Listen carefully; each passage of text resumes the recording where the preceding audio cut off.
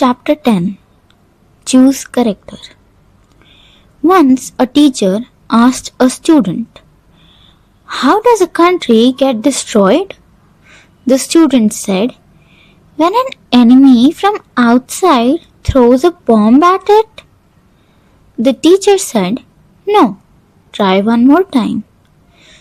The student said, "When an enemy from outside fires a missile at it." The teacher said, "No, son, try one more time." The student said, "I give up." The teacher said, "The bombs and the missiles are violent ways of destruction, but here is an easier way of destroying a country.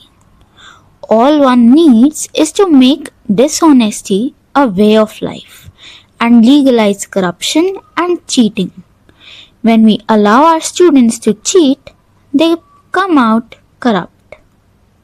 That is when the following examples become a reality. In the hands of corrupt doctors, a sick person becomes a target, not a patient. In the hands of corrupt engineers, buildings collapse. In the hands of corrupt judges, injustice is done. In the hands of corrupt scholars, religion is sold. In the hands of corrupt police officers, criminals flourish.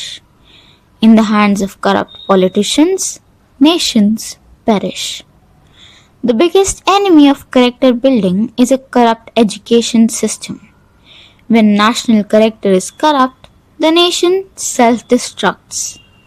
There's an old saying, "When wealth is lost, nothing is lost. When health is lost, something is lost.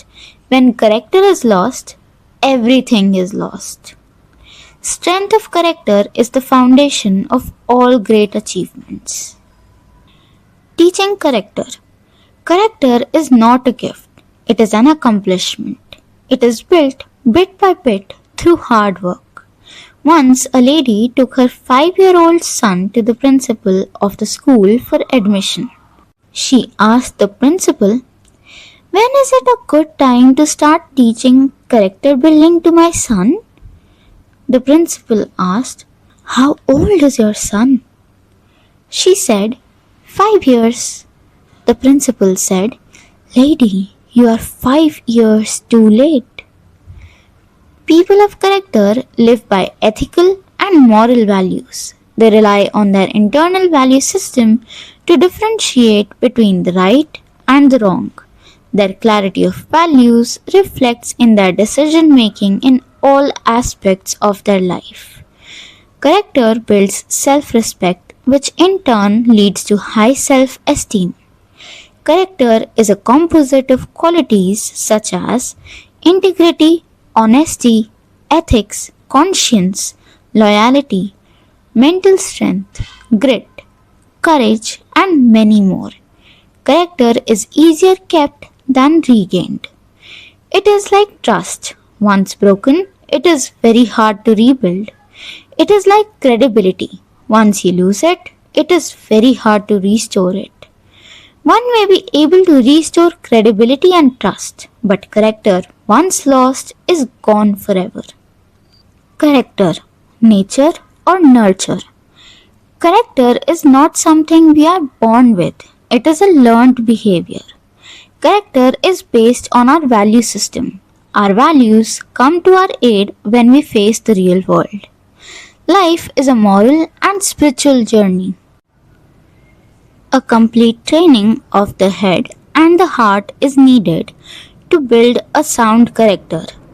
It does not make sense to hope that we will stumble onto something that will eventually generate lasting values. A good and strong character is the result of practicing good behavior with discipline. When we find ourselves on unfamiliar grounds, it is our character that helps us identify our own and other people's strengths and weaknesses. It provides us the wisdom to identify what's good for us. It teaches us what to look for and what to overlook, when to fight and when to walk away, when to take advice, and when to make our own decisions. Character comes from following our highest sense of right, from trusting ideals. Richard Bach. Myth. Adversity builds character. We often hear that adversity builds character. This statement has very little truth in it. Adversity reveals more character than it builds. An athlete does not prepare at the time of competition. He only reveals his preparation at the time of competition. He keeps on practicing and preparing all his life and builds a reserve. When he competes, he utilizes his reserve and displays his preparation. Character is not built at the time of adversity.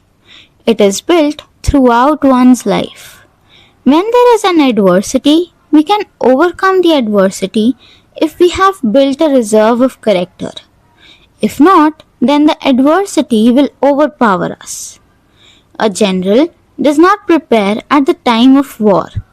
Rather, preparation starts a long time before the war is even declared. Preparation takes place during peacetime. Character helps us overcome the temptation to go off track. Character can be well described as what a person would do or not do even if they knew they would not get caught. Character development does not happen overnight. It takes time and a lot of help and effort. It is not easy, but the rewards are priceless. In any good society, enduring values can only be sustained through effective character education. The three pillars of character are integrity, respect, and responsibility. These are the core values.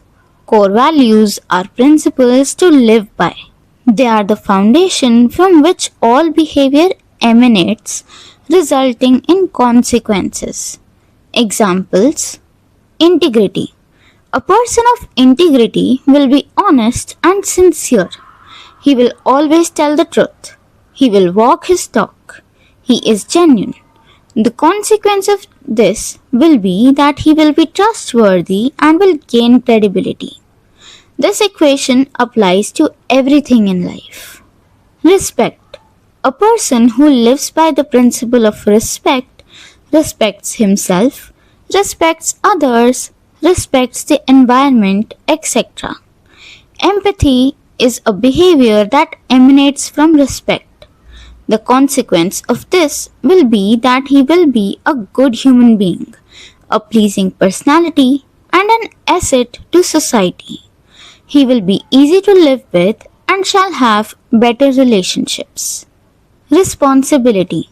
A person who lives by the principle of responsibility keeps his commitment. He becomes reliable and dependable.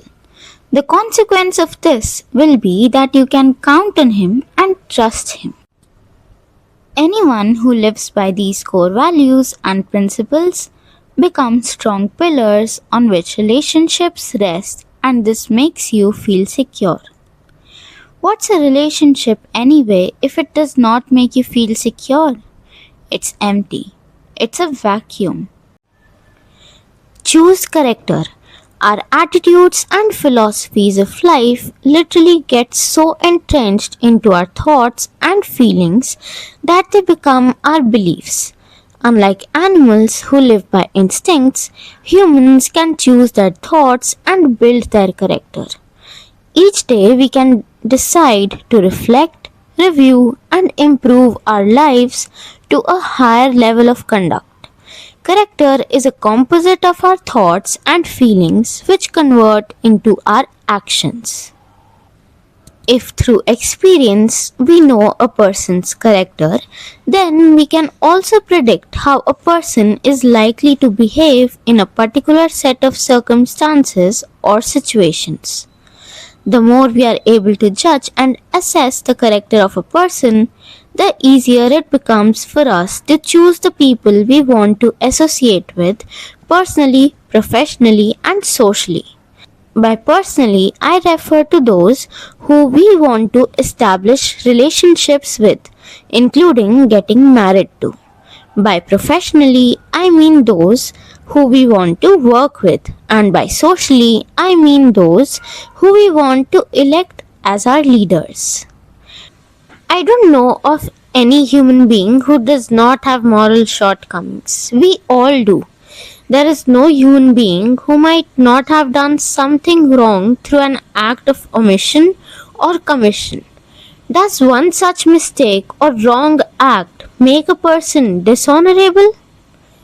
Unfortunately, many good people make mistakes and might commit some lapses inadvertently or out of weakness. The weakness may be momentary, but the consequences are permanent. It is always the first lapse which is difficult, but after that it becomes a lot easier and we start justifying our behavior. That is why it is so crucial to strive for ideals. The closer we get to them, the more honorable we become. Ethical corporations have demonstrated both ethical and philanthropic values time and again. For example, Reader's Digest dropped cigarette advertising immediately when the Surgeon Journal's warning came out that smoking causes cancer. Reader's Digest lost millions in revenue, but they were committed to the well-being of their readership. Andrew Carnegie, founder of US Steel, upon retirement in the early 1900s, gave close to $500 million for public use in building schools, colleges, and universities. He donated money to support education and help students carve their future. The test of integrity comes only in the face of temptation. Till then, it is only speculation. I was staying at a 5-star property called the Lalit, which was affiliated with the Intercontinental Mumbai at one point. Inside my suite, next to the bed was a side table. On it was a digital clock which looked aesthetically nice, but I would guess it was probably a couple of dollars and no more. Right next to that clock was a big sign that read, "This clock is the hotel's property." I started wondering why they had the need to put up that sign. I asked this question to the participants in my program. I got all kinds of evasive answers without addressing the real issue, till one person got up and said that people steal. He further added, there are people who pay $400 to $500 for a room per night in a 5-star hotel, yet wouldn't think twice before picking up a digital clock which may be worth only a couple of dollars. Obviously, people who pay this kind of money for one night at a 5-star hotel are not poor. They may be millionaires, multimillionaires, and possibly even billionaires.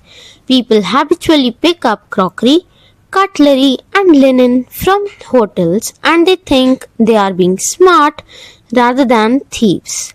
Many people even brag proudly in front of their friends and family by saying, "I collect souvenirs." What kind of role models are they? What kind of poison are they spreading in society? Justification of unethical behavior. We often hear people say, "So long it is legal, who cares?" Or, "We have to take business decisions, not ethical ones." Or people justify, "I'm not as bad so long as others are worse." Or, "Where the culture is dishonest, an occasional liar stands out as honest." The justification of one's unethical behavior is nothing but convenience of attitude. By justifying it, one tends to shift focus from unseemly conduct to justified conduct. One tends to display responsibility. A commonly used term, I am basically honest, means that when the stakes are high, occasional dishonesty is okay. Well, the question is it okay? True character. With some people, a lack of character becomes intrinsic. Just like a donkey is a donkey, remains a donkey, and dies a donkey. A donkey remains a donkey no matter what he carries. A donkey carrying a load of gold does not become a golden donkey. Similarly, a donkey carrying a bunch of diplomas and certificates does not become an educated donkey. A donkey roaming around a holy place carrying spiritual books does not become a spiritual donkey. Warren Buffett said, "Of the billionaires I have known, if they were jerks before they had money, they are simply jerks with $1 billion." Desperate times. Why have trust and integrity become major topics today? We are living in desperate times. We desperately need people of character in all fields as there is an appalling dearth of them. We need people who cannot be bought or will not sell their soul in exchange for lucrative offers. Those who will honor their words. Those who will value character above wealth, whose integrity would not change with the amount involved. Those who would not compromise with the wrong, whose ambitions would not drive them to the point of selfishness, who would not justify the wrong by saying, "Everybody else is doing it." Those who would not believe that deceit and conceit are qualities to succeed. Those who would have the courage to say no when the rest of the world says yes. Those who would value relationships greater than expediency and whose behavior would not change with adversity or prosperity. In other words, we need people who have strength of character. Achievers build strength of character.